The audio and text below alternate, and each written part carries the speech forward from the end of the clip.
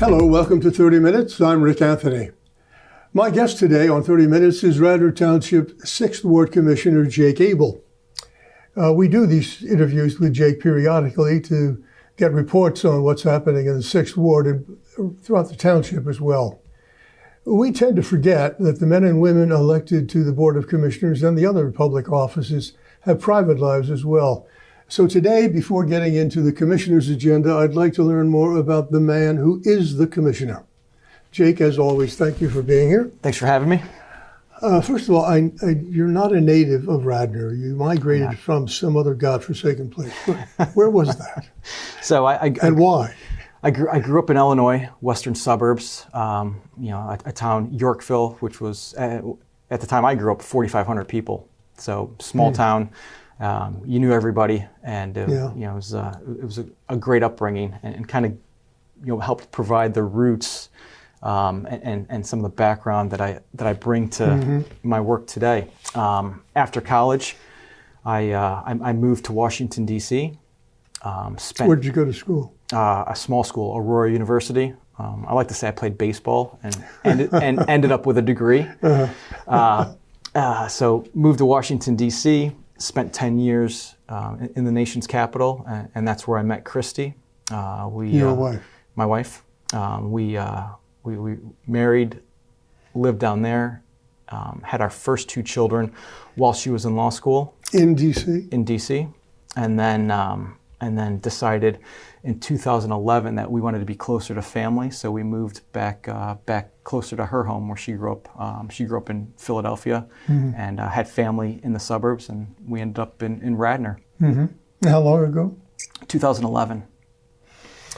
And shortly after your arrival here, as I remember the story, if I remember it correctly, you got involved in community service. Yep. One of the committees. Yeah. So, 2011, we had 2 children. A few years later, we multiplied and doubled and ended up with 4. So they're all school age. They're involved in youth sports, and I decided it was time to start giving back. So was part of the youth sport circuit, and then branched out from there to join some of the community organizations, and really liked the tree canopy in Radnor, and everywhere you go, you notice trees. So ended up on the Shade Tree Committee. Are we unique in that in Delaware County? You're shade trees. You're unique from the areas where I've lived. Yeah. I grew up around farms. Yeah. And then you live in D.C. and it's more blacktop and concrete. So it's a vast difference, and it's very noticeable. But I think most of the areas around here have trees that are. Do. The tree canopies. Delaware County. Yeah. And certainly Chester County. You're right. The whole region, the whole surrounding area. Yeah. When you're not worried about floodplains and trees being felled and not replaced or diseased and so on, what's your other because I know this is a full-time job. Sure. For you it is, the way you do it. Yeah. What's your other full-time job? Well, so when I was in D.C., I spent 10 years looking at geopolitical events, issues, both with the Speaker's office, with House Intelligence, and then with Defense Intelligence, and then coming up to Pennsylvania. Initially, I was going to be a stay-at-home dad. That lasted 4 months. That was the hardest 4 months of my life, and then ended up being contacted by a private company that does defense data, and I ended up joining the company doing consulting for U.S. government and foreign governments, looking at country intelligence and bespoke projects based on world events.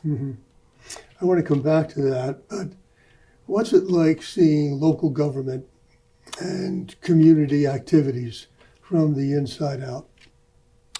Well, it's eye-opening, and you see an activity as a neighbor, but then as a commissioner, you're seeing everything that happened behind it. Right. The amount of work that takes place to get to that point. So, let's take a stormwater project, one that hasn't happened yet, for the West Wing Preserve. People are going to wake up one day and they're going to see the West Wing Preserve is going to be clear cut, all the old trees taken down so they can regrade. What they don't know is there's 5 years of work that led up to that point. I know it's been talked about for a long time. Yeah, but you have to go through all the state agencies. You're working with a consulting group to get that project right, to have the layout. You're doing all the neighbor meetings and community events to get everybody updated and help understand what we're trying to do. And then all the work that goes in between the township and the Board of Commissioners, all the votes that have to take place to get to that point.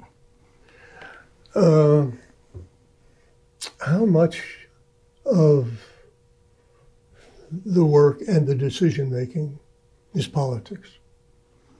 Well, are you the lone Republican? I'm the lone Republican. You're the lone Republican. I don't know if it's politics anymore because it's one party. Yeah. If they don't want to vote for it, they won't vote for it. I think early on in my tenure as a commissioner, there was definite politics at play because there were 3 Republican commissioners. Yeah, and well, at a time for a small time there was 4. Yeah. So it was closer in numbers. Yeah. But we also had a township manager who liked to play politics and play a commissioner off a commissioner. Yep. I think we've kind of gotten past that point, and I'd like to commend my colleagues on the board. I think more so now than before. We're just trying to do things that we believe are right for the township, and we don't always agree, but I think more times than not we're in unison and we're having a lot more votes that are unanimous, and it's because what the community needs for the long term. Yeah. Although you don't always agree with budget allocations. No. I agree that things need to be done. I don't always agree on the end result. I think there's always a better way to do it at a cheaper price. For as long as you've been coming here, I know you've been really interested campaigning for safety of first responders, making sure they have the equipment they need and the training, parks and recreation, as you've already indicated, and fiscal responsibility. We're coming up on that time of year. Yep. What's it going to be like? Well, let me go back to the first one you mentioned, first responders. Yeah. I drove down. I was driving over to a soccer match this weekend, and I saw a Radnor fire truck pulling the boats. So it tells me they were coming back from Gladwin, probably in the river, doing water safety training. And that goes back to 2016 after we had one of those big floods, and we had first responders out in the middle of our streets in T-shirts and shorts and tennis shoes, not knowing what was underneath the water. After that, we were able to get them funded with appropriate equipment. So now they're out there doing the right training in the right equipment. So when we have another event, either in Radnor or in surrounding suburbs, they're ready to go, and we can feel safe that they're going to come home to their families. Is that your initiative? That was, and one that at the end of the day, when I finish this role, that's probably one of the more prouder moments to getting that done. To go back to your other question on the budget, Parks and recreation and fiscal. Yeah, let's talk about the budget. Let's talk about the budget. We had a vote a few weeks ago where we hired 3 new police officers and another resource officer. Where I forgot her role, but she'll go in and help with the mental wellness issues. When you do that mid season, before you even get to the budget, you already know there's going to be a tax increase. Yeah. I mean, that's $1 million plus right there that we had not planned for. So I did not support that. I voted against it, knowing what the ramifications would be in just a few months. So already going into the budget, I knew, and I was preparing people for a tax increase. I think when the administration laid out their budget proposal, I think we're starting at like a 2.1% tax increase. Whatever happened to zero-based budgeting? Never heard of it. Never heard. It hasn't been mentioned during my time. I think, and I don't want to get into it here because it's it's not something that I'm prepared to talk about. But I think there are reasons and ways that we can do this budget without having a tax increase, and I'll be bringing those up during the budget process. Yeah, but there are things that are before the township that we've talked about in executive session, where I think we can be comfortable knowing that we don't need to do a tax increase at this time. Yeah, when I was heavily into consulting, management consulting, we always knew if we went into any client organization, we could, without breaking a sweat, save at least 10 to 15%, at least. Yeah. Just by taking a look at what they were doing and how they were doing it, and all of the practices and procedures that were put in place years ago, and people have forgotten why. Yeah. The other thing I'm concerned about, not just for this year, but going forward, I worked with the board president, Commissioner Mulroney, in a bipartisan fashion, to try to put some parameters on the 501c3 organizations, so we can cap the amount that the township provides, and open it up to other 501c3s. If we're funding the same 501c3s every year, they should just be a line item in the budget, so we know what they're prepared for. It's not a special funding group anymore. We're funding them every year, so just let everybody know that. You still feel strongly about not subsidizing organizations that are not 501c3s, that are not based in Radnor? I do. Well, I have an issue with you on that. Okay. Because of some work I've been doing in caregiving, I've been working with Surrey Services, which, as you know, is in Devon, but they have facilities around the county. Nothing in Radnor that I'm aware of. But it seems to me the work they do benefits Radnor Township, or it can if people opt to take advantage of it. Wouldn't there be a way, they have paid membership, so they know who their membership is. Wouldn't there be a way to ask for that data to see how many Radnor residents are members of Surrey, for example, and pay on the basis of participation by Radnor, by the number of residents? Yeah, I think we've asked for that information in the past, haven't received it. But let me play this out for you. Like, take another organization, take the YMCA in Berwyn. I mean, they have silver slippers, they have swim classes. They do a lot of work with both the young and the old. At what point do they come to Radnor Township and say, we are a 501c3. We'd like to have, we'd request funding and support. And I mean, there's probably another 10 or 12 other organizations out there that support Radnor families in some way. Where do you draw the line? I guess, I'm not sure where you draw the line, but the YMCA, about which I know nothing. But how dependent are they on contributions, donations, subsidies? Well, I was on their board for a time before I got involved in Radnor Township, and everything they do is based on fundraising efforts and how much they can bring in. All right. Well, I can only speak to Surrey. Haverford Township made a one-time grant to Surrey to build a caregiver training program. One-time grant, but at least they got the program up and running, and it is free to anyone. That's a nice thing to do, I thought. So, and that could be part of a longer conversation. But there were members on the board who didn't like the idea, some of the ideas that we were bringing forward in this bipartisan resolution. So what it would have done, it would have capped. So a 501c3, they could receive funding for 3 years, 3 consecutive years. They couldn't receive it for a 4th consecutive year. So it kind of fell under like a grant program. Right. And not giving it on that 4th year, the idea was it would open it up to other organizations. So, I mean, I guess I would be, there's some flexibility there. If people were really focused on making sure Surrey was funded, they could get that 3 years, so it was more like a grant and not get the 4th year. But that died on the vine, and it hasn't been brought up since. There's got to be a way, because they do provide valuable services. They were really hit hard by the pandemic, terms of fundraising and offering programs.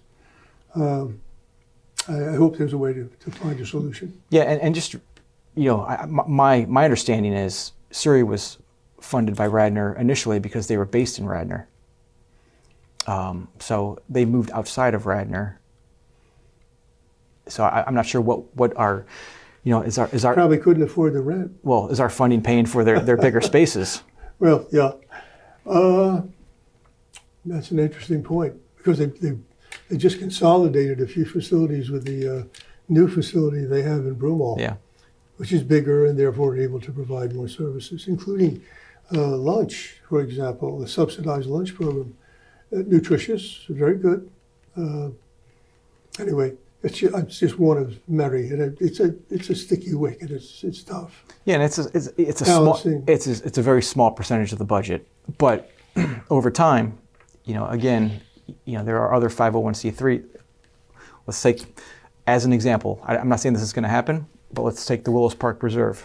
We've gave $1.9 million in taxpayer-funded dollars, to help with the renovations of the mansion, of the house. We've gone through about half that funding right now, so I think we have roughly $800,000 left for infrastructure. For infrastructure, once we go through that $800,000, and that group is not able, if they have an HVAC issue where it breaks down or needs to be replaced, and they can't fund the fix, do they come back to the board now because they are a 501c3? So yes. So in my mind, the priority is capping how much the township gives to 501c3 organizations. Otherwise, the bucket, we could be adding a lot more to it. Well, I had some strongly held opinions at the time. I still have some strongly held opinions. I think it was a mistake for the township to help to perpetuate that initiative, which was flawed, in my opinion, flawed from the beginning. There's no way they're going to raise $5. What is it now? It was $5 initially. They had to raise from outside donations. It's got to be 7, 8, 10 by now. Well, I don't even think they're talking about those numbers anymore. I think they're talking about keeping the doors open to have activities. So holding activities is the priority, and then the initial plan for the renovations, it's still there, but that's not the sole focus. No. Well, the renovation was at the time principally to attract more major events, right, weddings and so on. And it was pointed out by me and others at the time, they've got competition all over the place. It's a nice facility, but it still has the little walls that break up the first floor, et cetera. And the few events that they've had, at least that I'm aware of, if I walk down the end of my street, that music is blaring all over the area. I don't know how the people living adjacent to the Willows, how they put up with it. Yeah, I've spoken with the neighbors. It's an issue that we're trying to address and resolve at the moment, both with the having conversations with the WPP, some other groups in the area that hold events, and then the township administration. We want,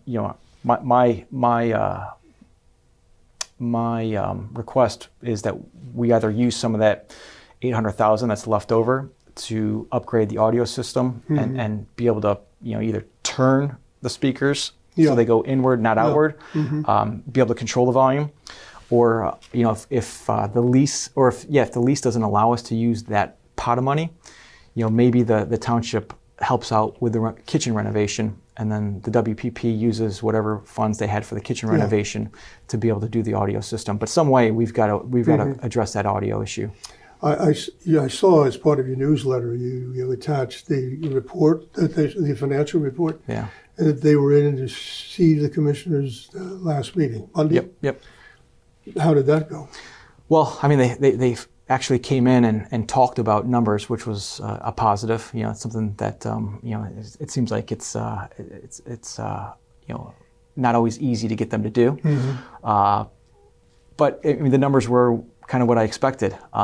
They're spending more than they're raising, and I don't know. I wish them all the luck. I think it's going to be hard long term to keep that going. And my concern I don't is, wish them luck, and I feel bad saying that because I have an enormously high regard for the people who are working very hard.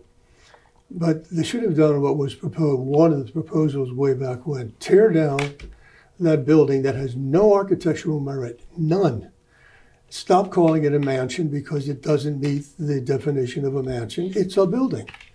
Do what Chanticleer has done. Take the building down, preserve some of the architectural pieces, make a beautiful park out of it, and when you have events, put up tents these days where you can hang crystal chandeliers. They're absolutely beautiful. Instead, you've got this hulk of a building that you keep feeding and feeding and feeding, and you can never satisfy the appetite for money. yeah, and that's my concern is, long term, how much is this going to cost the township? Yeah, well, that was a concern voiced at the time. And again, sentimentality won over good business sense. Yep. And people who believed it could be done pitched in. And the other thing, it's a misnomer. They call themselves the Willows Park Preserve. It's not the park, as I understand it. It's the building and the adjoining property. Right. Yeah. Right. Yeah. They have the building. They've done some things in the park to help beautify it. Mm-hmm. But you're right. They do have. The lease only allows them to have the house. Let's get back to the macro issues. In your work, your full-time job, you pay attention to what's going on around the world, but in particular in the Middle East. Yes. Right. And in more particularly Iran. Yes. Right? I'm not sure how much you can share with us about your current assessment of trends and what's going on over there. But if I were to ask you, for example, based on what you see, your analysis and so on, will we be at war with Iran? No. No. No. No. What's happening right now? Yeah, it's tragic. It's hard to watch, but in my mind, based on what I've seen in the past, this will be isolated to Israel, to Gaza. And you've got you've got Hamas, who their figurehead doesn't even live in Gaza. Right. He's in Qatar. Yeah. Palatially. Yeah. So he's making pleas for Palestinians or supporters to wreak havoc around the world, but really, he's trying to garner support in Syria, Jordan, the Palestinian territories to go at Israel. So I think this is gonna stay locally, and the U.S. Locally or regionally? Well, locally in the sense that it's going to stay within the Palestinian territories, Israel. I don't see it bleeding outside of that. Yeah, but Iran is using the other entities, other states, as proxies. Well, that's what they do. They want plausible deniability. Yeah. So they will continue. But we know that. So why are we letting them get away with it? Well, it's not that we let them get away with it. We starved them under the Trump administration. We're not doing that now. Well, so I'm still not sure on the timing on why Hamas did this right now. Yeah. After the U.S. unfroze $8 billion. Yeah. $8 million, whatever they had frozen. So the timing was odd. So they probably weren't able to get most of that, if not any of it. Israel was in political disarray and cultural disarray, so they were vulnerable for a strike. Yeah, but Israel has also been, strengthening its relationships with the Saudis, with other Gulf states, and that probably played a factor into this. Sure. So you'll still see Iran try to fund Hezbollah. They have to figure out a way to get rockets back into Gaza. Once Hamas fires off all the rockets, they have nothing left, and they need a way to replenish it. We've taken away some of the land routes. ISS. They used to use Sudan. And we've got the sea covered. They used to go through the port of Khartoum, Port of Sudan, and go up through Sudan into Gaza. So they'll either look to go with the air routes and fly IL-76s from. I don't know how they would do it now, but they usually come out of Damascus. And then you've got Lebanon. Can they use Lebanon in some way, because Hezbollah runs southern Lebanon? Do you have an opinion you can express as to whether or not Israel will a ground attack, a counterattack into Gaza? Yeah, I take the Israelis at their word. If they say they're going into Gaza, they will go into Gaza. How do they deal with the hostage issue? That's above my pay grade. That's a difficult one, because based on reports of the few hostages that have been released, they're down in the tunnel network underground, and they've got them dispersed, and it's vast. Yeah, it's elaborate. So the Israelis are very good at what they do. They've got special operation forces who are really well trained, and they've done this for decades. So I've got confidence that they will take every effort to save hostages, but they also have to respond and make sure that it's something that we'll never be able to understand. They deal with this threat every day, knowing that Hamas in Gaza, Hezbollah in southern Lebanon, they all have rockets aimed at Israel, and which they can attack every part of Israel if they want to. Now you've got the Houthis in Yemen, who also have been armed by Iran and are ready to fire rockets and get involved if they choose to. I don't know that it's in their best interest, but Israel will. They're going to take action. I just don't know the timing. Yeah, you're right. They've declared that they will, and so they must follow through with it. Yeah. When, under what circumstances? I don't know if it's true or not that we are now kind of managing their response. We, the U.S. No. Managing their response. I think we can offer advice and suggestions. Israel acts as Israel believes it needs to act, and they, as they should. Yes. They deal with this every day. Yeah. Think about after 9/11. Do you think that the Bush administration was going to listen to others and how the U.S. should respond? No. Of course not. On the other hand, they rely on us. Israel relies on us for their armament, for financial subsidies. Yeah, and that's gone back to, I can't remember the agreement, but it's been in our best interest to have the only democracy in the region. Yeah, we provide X number of dollars. I can't remember the number anymore.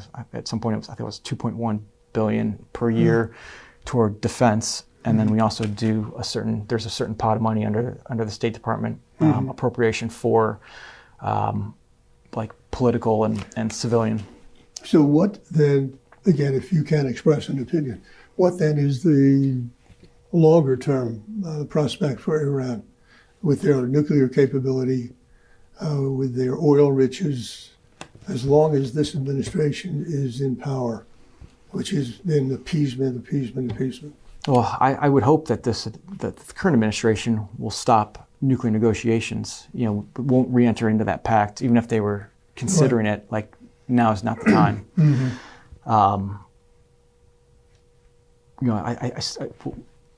Regardless of political party, the U.S. is always tough on Iran's special forces. So the Quds Force, which is their special operations arm, they're declared a terrorist organization, and they're the group that funds Hezbollah, Hamas. I'm not a Trump guy, but I liked a lot of what he did. And again, in his administration, he was starving Iran. They didn't have the resources to fund their proxies in the region. They did. They didn't have the oil revenue they have now. So they didn't have the oil revenue that they had, prior to. They were still selling oil on the black market. And money was still coming in. And any money they did have wasn't going to their people. It was going to fund these external operations.